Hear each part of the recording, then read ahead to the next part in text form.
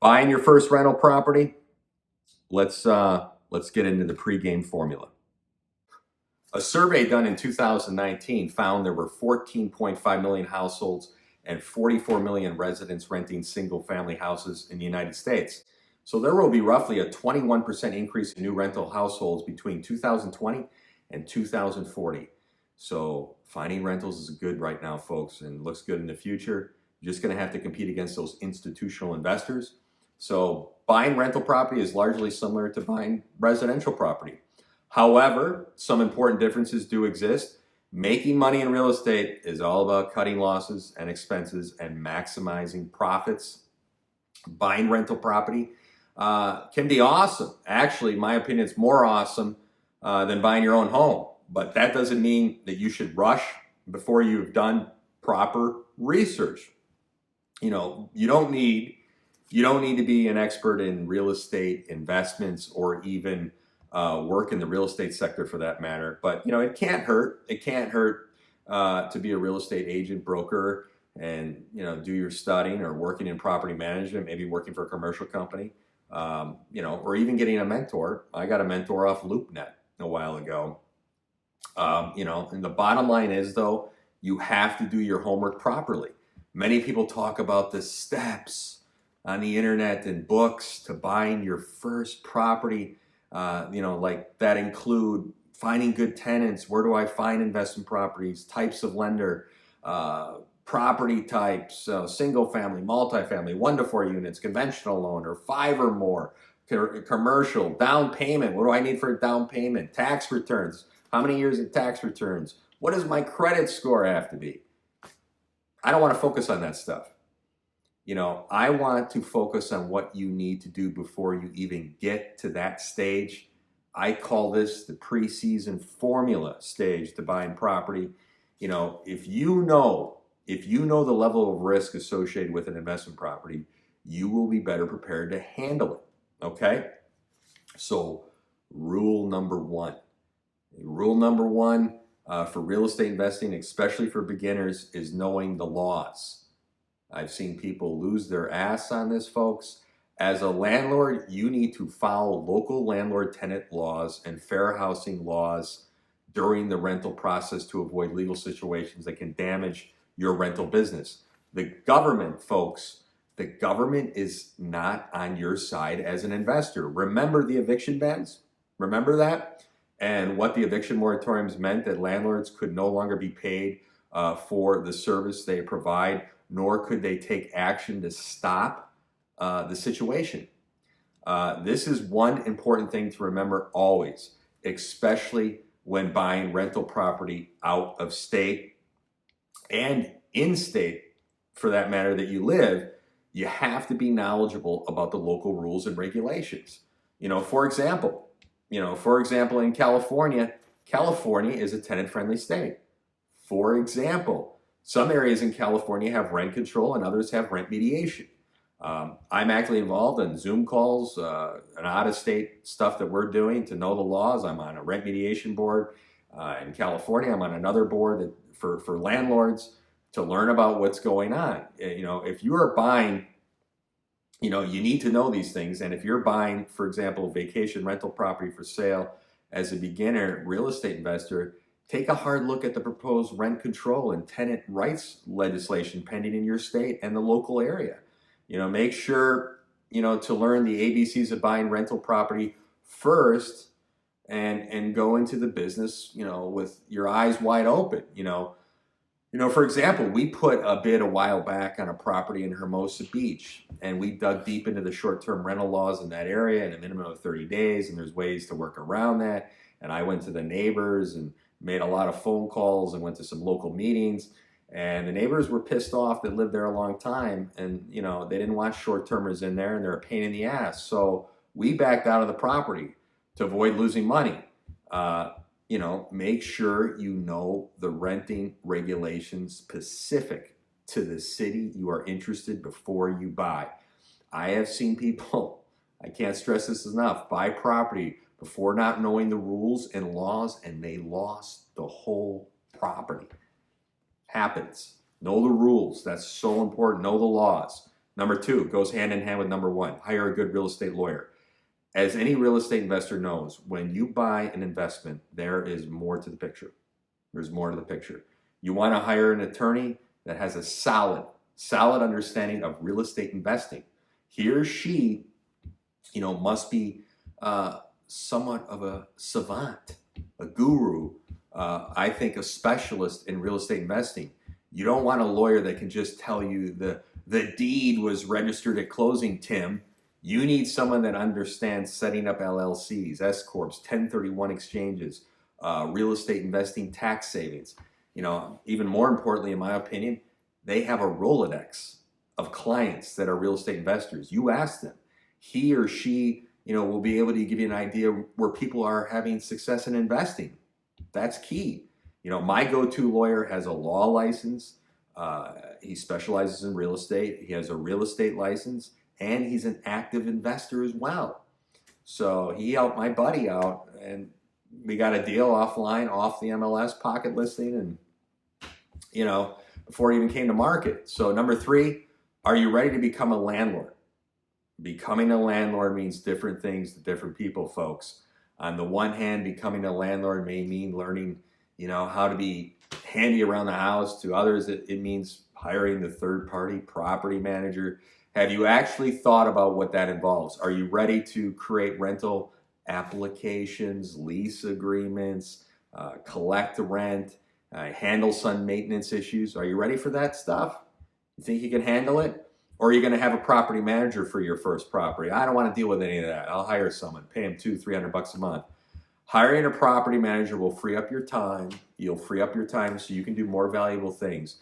But if you only have one property, in my opinion, you should do it yourself. If you want to hire a property manager with just one lousy property, maybe you shouldn't get into the game. Okay, if you're a stockbroker and you're doing crypto trading and you just want to get into the rental real estate business and dab, but if you're trying to create financial freedom and you want to make it a long-term play, maybe you should do it yourself to learn a little bit. And then when you start getting 50 doors, 100 doors, 200 doors, okay, get the property manager.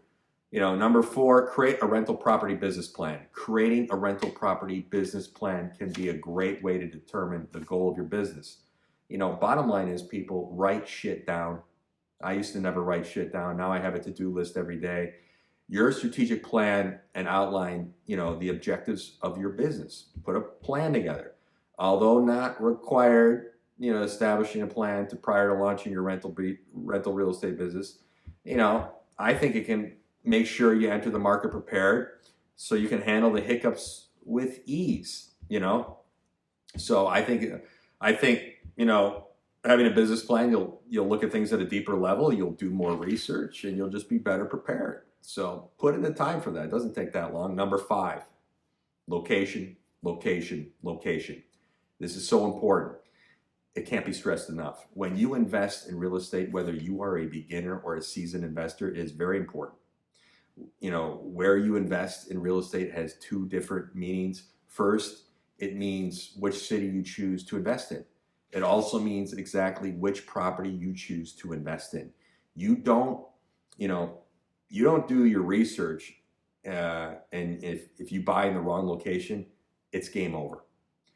It's game over. So for example, you may find that while you are able to live in California, you aren't capable of investing in its real estate market, right? So you may choose to invest outside of California, for example, in Arizona, which is more affordable and profitable for you and where you're at in your real estate investing career. On the other hand, where exactly the property is in Arizona is extremely important as well. So you got to research the different areas. If you're, renting out, if you're single family homes, think about who the tenants will be. They probably, if it's a single family home, have kids and, want to be near schools, for example. Tailor the amenities that the property is close to with the type of tenants you are looking for. Don't buy single family homes that are on top of, large non-conforming property, like apartment buildings, or on top of industrial areas, strip malls, parking lots. Stay away from that crap. Heavy traffic areas, highway noise, close to highways. Got to be careful with that. What I like to do is when driving around the locations, drive around the locations you're interested in, hang out for a half hour, eat in the car, get a feel for the area, watch, look at the property, sit on the corner. So important. Number 6, know the market, know your competition. Real estate investing is a very competitive field in any area of the country, in my opinion. You should be aware of the market trends in the area. Which cities, which neighborhoods do you want to buy your first investment property in? Identify the best places to buy rental property. Choose carefully the area in which you would like to buy an income property. Once again, I can't stress this enough. Is it attractive for tenants? Is there demand? How's the infrastructure in the area? What's going on? Are there any upcoming projects that the city council is that they're going to be doing in the local area? Is it getting overcrowded? You can easily find that data. What are the average prices? Are prices, on the rise? Based on the demographics and the location of interest, you can choose the right, rental strategy for a profitable endeavor 100%. You just got to do your homework. Maybe, for example, maybe one area is better for short-term rentals, Airbnbs, and another is better for long-term rentals. I'm running a long-term multifamily and short-term vacation home rental business for myself and 2 other people. So I personally prefer investing in long-term multifamily rentals over short-term vacation homes. Some areas of the country, single-family homes are better than multifamily. Okay, that's a fact. Short-term rentals, long-term is less wear and tear on the property. However, the right vacation home can produce huge cash flow. One of my business partners pays cash for vacation homes and just wants to park his money. So I only need to rent the property out once or twice a month to cover the property taxes and expenses.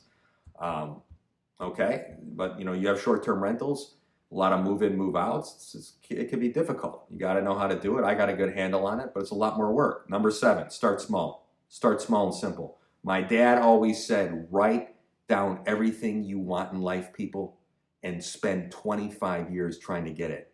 Don't try to get it in a year. Everyone wants it quick. My dad is 79 years old and still working full-time. He could have retired years ago. But he believes when you retire, you die. I will always work. I'm just getting started. I got another 20 years. I got a long way to go. When you retire, you get soft. Keep growing and creating, whether it's a nonprofit, a foundation. We got a lot of big plans. My dad is an attorney and works, for example, with restaurant owners, real estate investors, mainly small to medium-sized businesses. He does family law, real estate, tax, divorce. He's a grinder. I can't tell you how many times my dad has told me stories of clients losing their businesses because of expansion too quickly, or they just got out of their wheelhouse. The guy has 2 restaurants making 120 grand a month and he's doing well. Now he wants to expand to 3 or 4 and he starts having to work 12, 15-hour days and people are stealing more. He can't keep an eye on it and he loses everything. I've seen that in real estate too. My dad's seen that. I've been in meetings with my dad and he said, don't do it. And they come back crying. You were right, Mike. So be careful.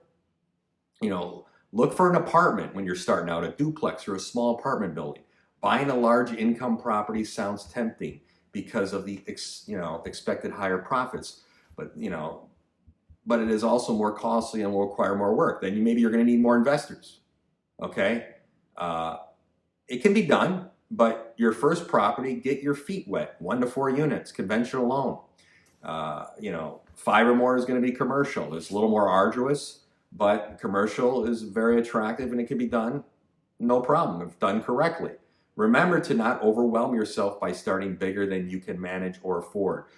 Real estate investing is to a large extent learning by doing, in my opinion.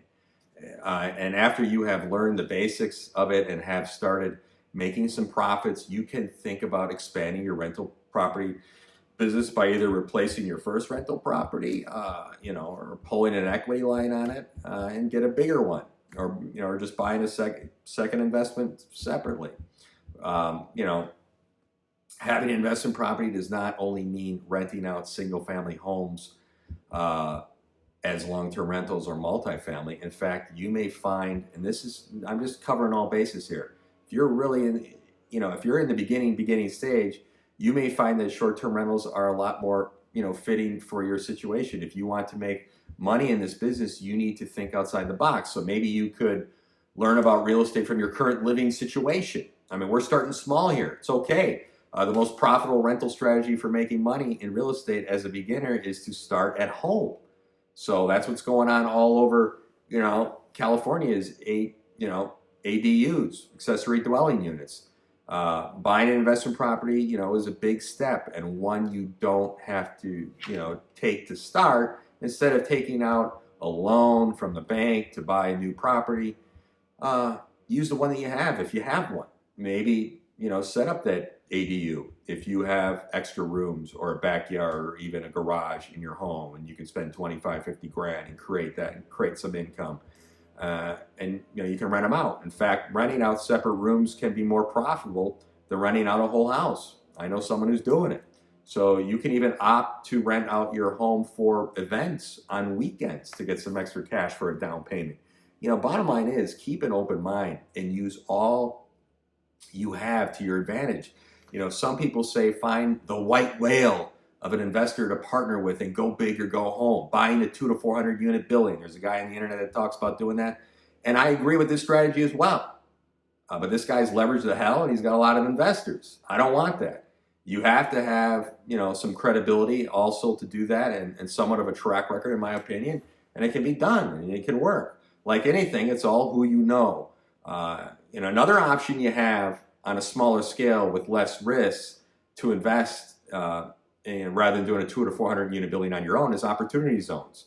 If you're sitting on a lot of stock, for example, and want to get into the rental business without all the headache and avoid the capital gains tax, an opportunity zone is an option you have. An opportunity zone is an economically distressed community where new investments may be eligible for preferential tax treatment. So like I said, you have some stock you want to sell. Maybe you want to sell some real estate you have. Maybe you want to sell a business. This is just another avenue I want to cover in this discussion. You can realize once in a lifetime tax benefits from your capital gains. QOZ, qualified opportunity zones, were created by the 2017 tax cuts, a wonderful thing, and the Jobs Act. These zones are designed to spur economic development and job creation in these communities throughout the country and the U.S. Providing tax benefits to investors, and it helps the communities. And I think it's a great thing. You're putting money back into the communities as well. It's not just about you. You put your capital gains to work for you. Defer taxes on the previously earned capital gains. Potentially avoid paying federal taxes on the capital gains after 10 years. So I have done an opportunity zone on a lower scale, and my business partner plays in this space on a higher scale and put some money into an opportunity zone in Santa Ana, California. So it's an option you have. So you're super small, maybe the existing home you have, you can do an ADU. If you want to get into the game but you don't want the headache, an opportunity zone is another option. So, buying your first rental property is a big step. And it's a big step, and it can create cash flowing rental portfolio. That's your key. And in my personal experience, I know too many people that got greedy and wanted to get big too fast, and they lost their ass. I can't stress that enough. They partnered with too many investors, just the wrong people, and the lawsuits started flying. That's why I'm very conservative, because I've seen a lot of that. I like to do things on my own or keep it in the family.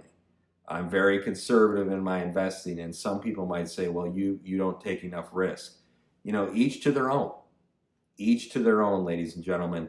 You don't need much. With several properties producing rental income, investors may collect, a good amount of rent passively, but it all starts, ladies and gentlemen, to take, you got to take that leap with buying your first rental property. I truly think it's important to do the first one on your own, to learn the business and figure out how things work. It will build your confidence. It's important to note that the first rental property will set the tone for how things proceed. In order to realize success, start out on the right foot, and make your first rental property your best investment decision ever. And finally, you know, remember to take the time when choosing a new investment strategy. Making money from your first rental property can have you on your way to successful real estate investing career. It doesn't matter. You can take your existing home, like I said, and create an ADU. There's nothing to be, I know people that are crushing it doing that. Or like I said, you could say, Tim, I don't want the headache. What about this opportunity zone thing? I'm trained up on that. I have a guy in place. Do that. That can work. You're sitting on $3 million capital gains from, you're worried about the stock market rolling into a proper 200 unit building.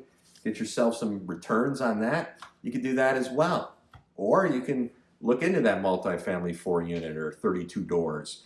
It just depends what your knowledge level is. And I can't stress enough having a mentor. I had a mentor when I worked for Fortune 500 companies early on, and I'll never forget it. That on the weekends, he would help rehab properties. He took me into it and showed me, and I would be on job sites and see what he's doing. And, it was tremendous. And I have another mentor now. I'm always looking to learn about new things, and I have a long way to go. I consider myself just getting started in this madness, even though on and off since 2003, 4, been playing in the game.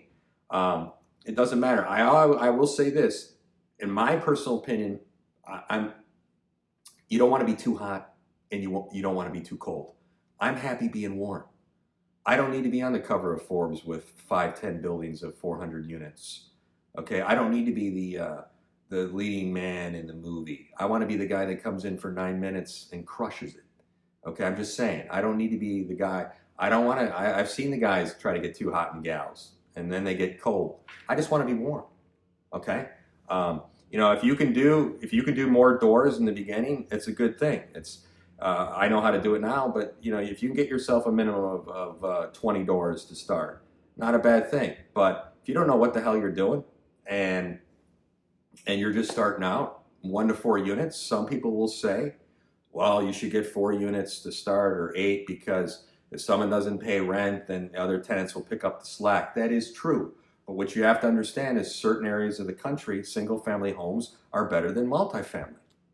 Okay, and I have a multifamily outside the state, and I have a single family in an area of the country that is crushing it. I've never had a problem in 2.5 years with a tenant. And then I've had some problems with a multifamily in state. But it's worked out now. But it just depends. Like I said, you have to know the data. You have to know the micro. So it doesn't matter. Single family can work in certain areas, and multifamily. The more doors, more profitable. It just depends also what you're putting down and how much money you have to start. But anyone can get into the game. You just have to do your research, and you can start at home. You can do an opportunity zone. You can partner with a white whale. But like I said, I like to keep things small right now. When you have a lot of investors, in my experience, sometimes it works, sometimes it doesn't. You have a lot of investors. You have a lot of chiefs in the water. I've seen the lawsuits start flying. So I like to keep things small, and like I said, I'm okay. I don't want to be too hot. I don't want to be the #1 guy in whatever sector I'm in, and I don't want to be too cold. I'm happy just trying to be warm, just trying to stay a little above the water, So those are my steps to buying your first property. Everyone gets caught up in some other peripheral things. I think you need to dig deep into some other things before you really get going, so you don't make mistakes. Take care.